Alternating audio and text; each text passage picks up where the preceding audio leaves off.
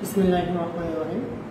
প্রিয় শিক্ষার্থী, কিশোরগঞ্জ সরকারি মহিলা কলেজ কর্তৃক পরিচালিত অনলাইন ক্লাসে ব্যবসা শিক্ষার শিক্ষার্থীদেরকে স্বাগতম জানাচ্ছি। আমি মোহাম্মদ সোহেল মিয়া।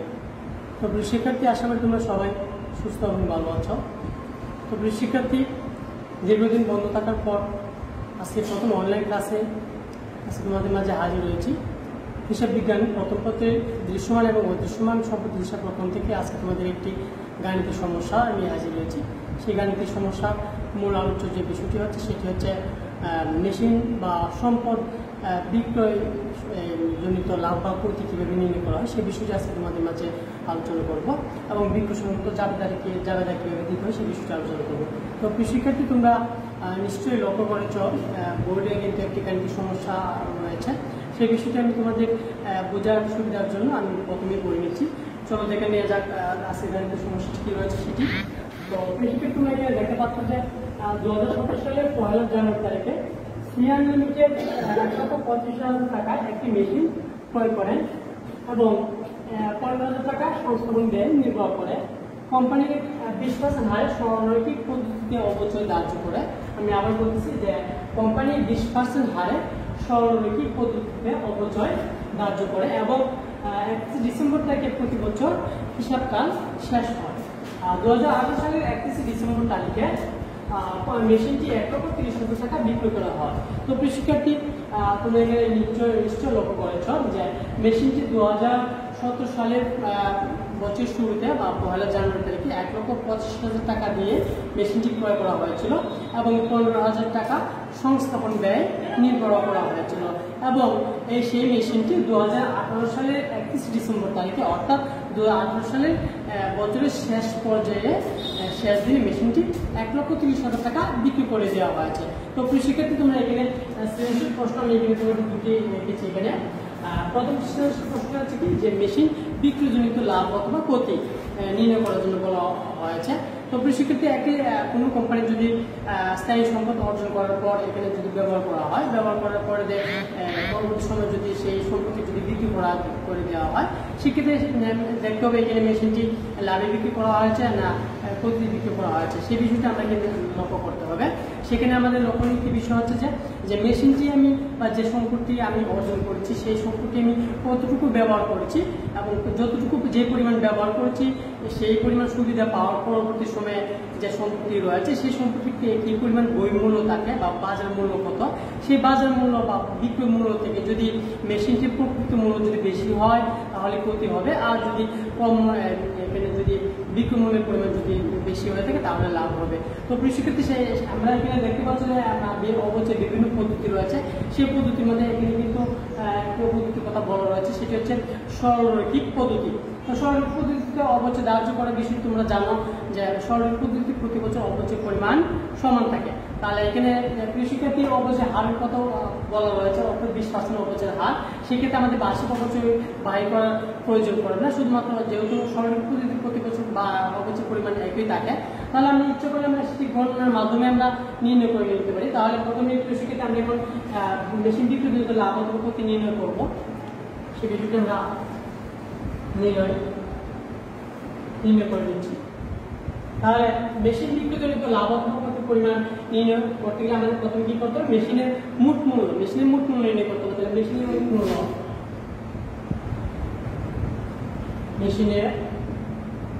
মূল্য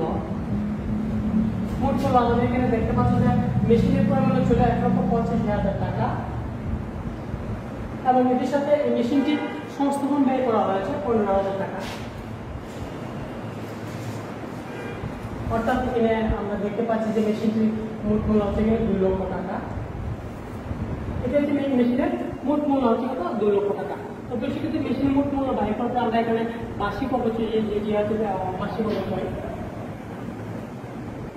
বার্ষিক অবচয় হচ্ছে 20%। তাহলে আমরা এখানে যেহেতু ভগ্নাংশ মূল্য নেই সেহেতু মোট মূল্যের উপরে আমরা অবচয়ের হার প্রয়োগ করবো। মোট মূল্য হচ্ছে 2 লক্ষ টাকা। 2 লক্ষ টাকার উপরে আমাদের অবচয় হচ্ছে 20%। তাহলে বার্ষিক অবচয় হচ্ছে আমাদের এখানে 40,000 টাকা।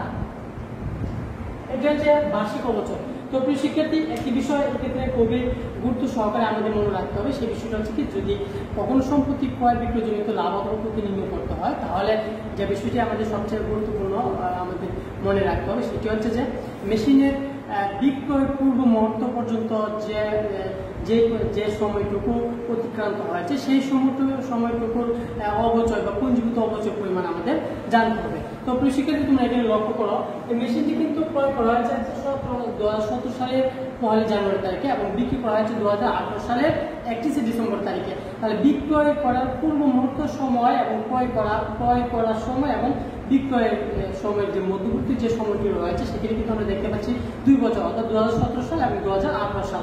তাহলে আমরা দেখতে পাচ্ছি যে মেশিনটি বিক্রি করার পূর্ব মুহূর্ত পর্যন্ত মেশিনটি 2 বছর ব্যবহার করা হয়েছে। তাহলে আমরা কিন্তু এখানে বিক্রয়ের পূর্ব মুহূর্ত আমাদের পুঞ্জীভূত অবচয় পরিমাণ 2 বছর হবে। তাহলে আমরা এখানে মোট অবচয় আমরা লিখে নিতে পারি, মোট অবচয়, মোট পুঞ্জীভূত অবচয়, পুঞ্জীভূত অবচয় বার্ষিক অবচয় কত হচ্ছে 40,000 টাকা। তাহলে মোট পুঞ্জীভূত অবচয় 2 বছরের জন্য নিচ্ছে বলে ব্র্যাকেটে আমরা লিখে নিতে পারি, আর 2 বছরের জন্য 2 বছরে তাহলে কত হবে আমাদের এখানে বার্ষিক অবচয় 40,000, 1 বছর অবচয় 40,000, তাহলে 2 বছর অবচয় পরিমাণ হবে আমাদের এখানে 80,000 টাকা, 80,000। সেটা হচ্ছে আমাদের মোট পুঞ্জীভূত অবচয়, অর্থাৎ বিক্রয়ের পূর্ব মুহূর্ত পরিমাণ পর্যন্ত আমাদের বার্ষিক অবচয় পরিমাণ হচ্ছে 80,000 টাকা। তো সেক্ষেত্রে আমরা এখন সহজে আমরা বিক্রয়জনিত লাভ অথবা ক্ষতি আমরা সেটি নির্ণয় করে নিতে পারবো। এখন আমরা যদি নির্ণয় করি তাহলে এখানে একটি বিষয় জানতে হবে যে মেশিনের মোট মূল্য থেকে পুঞ্জীভূত অবচয় বাদ দেওয়ার পর বইমূল্য জানতে হবে। অর্থাৎ বইমূল্য চেয়ে যদি যদি বিক্রয় মূল্যের পরিমাণ বেশি হয় তাহলে আমাদের লাভ হবে, আর যদি বইমূল্য চেয়ে যদি বিক্রয় মূল্যের পরিমাণ কম হয় তাহলে সেটি কিন্তু আমাদের ক্ষতি হবে। তো সেক্ষেত্রে আমরা এখন বইমূল্য আমরা নির্ণয় করবো। এখন আজকের সমাধানটির মাধ্যমে তোমরা এখানে বার্ষিক অবচয় সেটি মোট পুঞ্জীভূত অবচয় সেটি জানতে পারছো এবং বইমূল্য কিভাবে বাই করা সেটিও জানতে পারবে। আমরা বইমূল্য, মেশিনের বইমূল্য,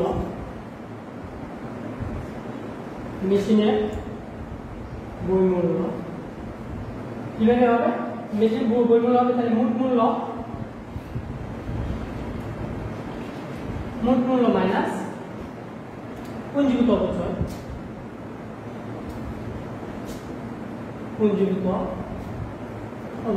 তো শিক্ষার্থী সেটি আমাদের জানতে হবে যে মেশিনের বা সম্পদের বইমূল্য কিভাবে জানবো।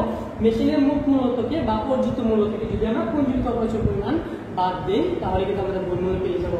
তো শিক্ষার্থী আমরা মোট মূল্য কিন্তু আমরা বের করেছিলাম আমরা 2 লক্ষ টাকা। এখানে পুঞ্জীভূত অবচয় পরিমাণ, মোট পুঞ্জীভূত অবচয় পরিমাণ হয়েছিল আমাদের এখানে 80,000 টাকা। 80,000 টাকা আমরা এখানে বাদ দিব। শিক্ষার্থী আমরা এখানে পেয়ে যাচ্ছি 1,20,000 টাকা। এটি হচ্ছে আমাদের বইমূল্য। 2 লক্ষ টাকা চেয়ে আমরা 80,000 পুঞ্জীভূত অবচয় পরিমাণ 80,000 টাকা বাদ দিয়েছি, আমরা বইমূল্য পেয়েছি 1,20,000 টাকা। তো যেহেতু আমরা বইমূল্য পেয়ে গেছি, এখন আমরা মেশিনের বিক্রয়জনিত লাভ অথবা ক্ষতি আমরা নির্ণয় করতে পারবো। আমি যে বিষয়টি আমি তোমাদের বলেছিলাম যে যদি বইমূল্য চেয়ে যদি বিক্রয় মূল্যের পরিমাণ বেশি হয় তাহলে মেশিনটি লাভ হবে, মেশিনটি বিক্রয়জনিত লাভ হবে, এবং বইমূল্য চেয়ে যদি বিক্রয় মূল্যের পরিমাণ যদি কম হয় তাহলে মেশিনটি ক্ষতি হবে। তো শিক্ষার্থী তোমরা এখানে লক্ষ্য করেছো যে মেশিনটি কিন্তু 1,30,000 টাকা দিয়ে বিক্রয় করা হয়েছে, 1,30,000 টাকা বিক্রয় মূল্য ছিল 1,30,000 টাকা। তাহলে তোমরা এখানে দেখতেই পাচ্ছ যে বইমূল্যের চেয়ে বিক্রয় মূল্যের পরিমাণ বেশি, সুতরাং আমরা বলতে পারি মেশিনটি বিক্রয়জনিত কি হয়েছে, লাভ হয়েছে। তাহলে আমরা এখন কি করবো, লিখবো যে সুতরাং বিক্রয়জনিত লাভ,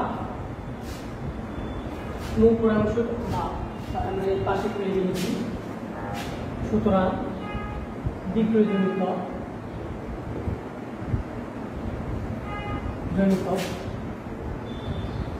লাভ, মেশিনের বিক্রয়জনিত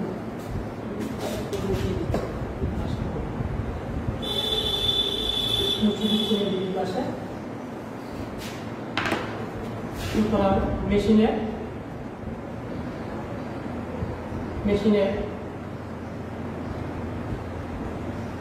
বিক্রয়জনিত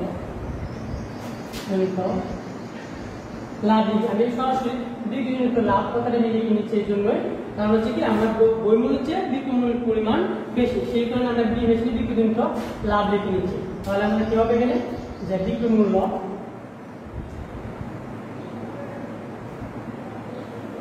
মাইনাস কি বইমূল্য, বিক্রয় মূল্য হচ্ছে আমাদের 1,30,000 টাকা এবং বই মূল্য হচ্ছে 1,20,000 টাকা। সুতরাং বিক্রয়জনিত লাভ হচ্ছে কত আমাদের এখানে 10,000 টাকা। তো বেসিক্যালি এগুলি তোমরা মেশিন বিক্রয় সংক্রান্ত বিক্রয়জনিত লাভ হতো প্রতি এই বিষয়ে তোমরা নির্ণয় করবা।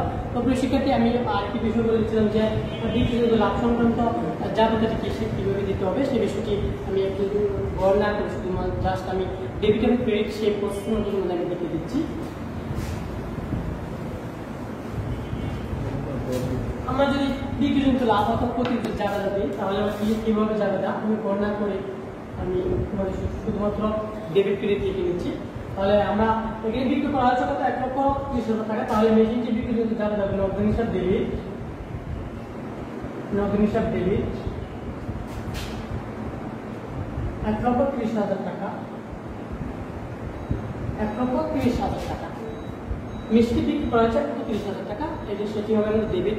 এবং কৃষিক্ষেত্রে এক্ষেত্রে যখন আমরা বিক্রয়জনিত লাভ অথবা প্রতি সংক্রান্ত যখন আমরা জাবেদা দিব তখন যে মেশিনটি বিক্রয় করা হয়েছে বা যে সম্পত্তি বিক্রয় করা হয়েছে সেই সম্পদের পুঞ্জীভূত অবচয়কে আমরা ডেবিট করব। আমি আবার বলতেছি, যখন কোনো সম্পত্তি বিক্রয় সংক্রান্ত জাবেদা দেওয়া হবে সেটি প্রতিটি বিক্রয় করা হোক বা লাভে বিক্রয় করা হোক তখন সেটি কি করতে হবে আমাদের যে পুঞ্জীভূত অবচয় বিক্রয় করার পূর্ব মুহূর্ত পর্যন্ত যে পরিমাণ পুঞ্জীভূত অবচয় হয়েছে সেই পুঞ্জীভূত অবচয় হিসাবকে ডেবিট করতে হবে। তাহলে আমরা সেটি ডেবিট করে নেব।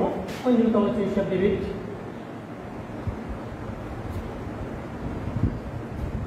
পুঞ্জীভূত অবচয় হিসাব ডেবিট। পুঞ্জীভূত অবচয় পরিমাণ ছিল আমাদের এখানে 80,000 টাকা টোটাল। এটি হচ্ছে আমাদের ডেবিট। তো সেখানে এখন আমরা ক্রেডিট কি করতে হবে, আমাদের এখানে দুটি বিষয় ক্রেডিট রয়েছে। একটি মেশিনের মোট মূল্য ক্রেডিট করতে হবে, যখন কোনো সম্পত্তি বিক্রি করে দেওয়া হবে তখন সেই সম্পত্তির মোট মূল্যকে ক্রেডিট করে দিতে হবে। তাহলে আমরা এখানে মেশিনের মোট মূল্য ছিল আমাদের 2 লক্ষ টাকা, তো মেশিন হিসাব ক্রেডিট মেশিন হিসাব ক্রেডিট করা হবে এখানে 2 লক্ষ টাকা।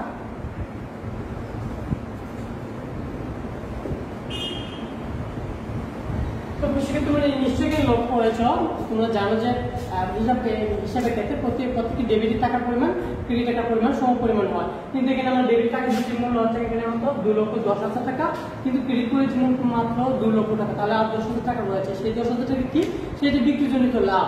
তোমরা জানো যে হিসাবের ক্ষেত্রে লাভ যদি হয়ে থাকে তাহলে সেটি ক্রেডিট করতে হয় মূল্যবান। বিক্রিজনিত লাভ ক্রেডিট বিক্রিজনিত লাভ ক্রেডিট বিক্রিজনিত লাভ আমরা করে নেব, ক্রেডিট করে নেব। বিক্রিজনিত লাভ ক্রেডিট বিক্রিজনিত লাভ ক্রেডিট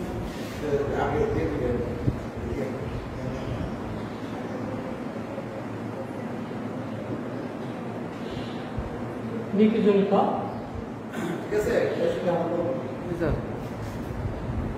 ক্রেডিট কত হচ্ছে এখানে 10,000 টাকা। তো সেক্ষেত্রে এভাবে তোমরা কোনো সম্পত্তি বিক্রয় সংক্রান্ত জাবেদা ঠিক এভাবে তোমরা দিয়ে দেবে এবং একটা দিয়ে দিবে। তো প্রিয় শিক্ষার্থী, আসলে তোমরা আজকে যে সম্পত্তি বিক্রয়জনিত লাভ বা ক্ষতি কিভাবে নির্ণয় করতো সেই বিষয়টি আজকে ক্লাসে তোমরা বুঝতে সক্ষম হয়েছে এবং সেই সাথে জাবেদা কিভাবে দিতে হবে সেই বিষয়টি তোমরা বুঝতে সক্ষম হয়েছে। আমি আশা করবো তোমরা তোমাদের নিজেদের পাঠ্যবই থেকে যে সমস্যাগুলো রয়েছে সেগুলো তোমরা নিজেরা বাসা সমাধান করতে সচেষ্ট হবে এবং পরবর্তী ক্লাস দেখার আহ্বান জানিয়ে এখানে শেষ করছি। আল্লাহ হাফেজ।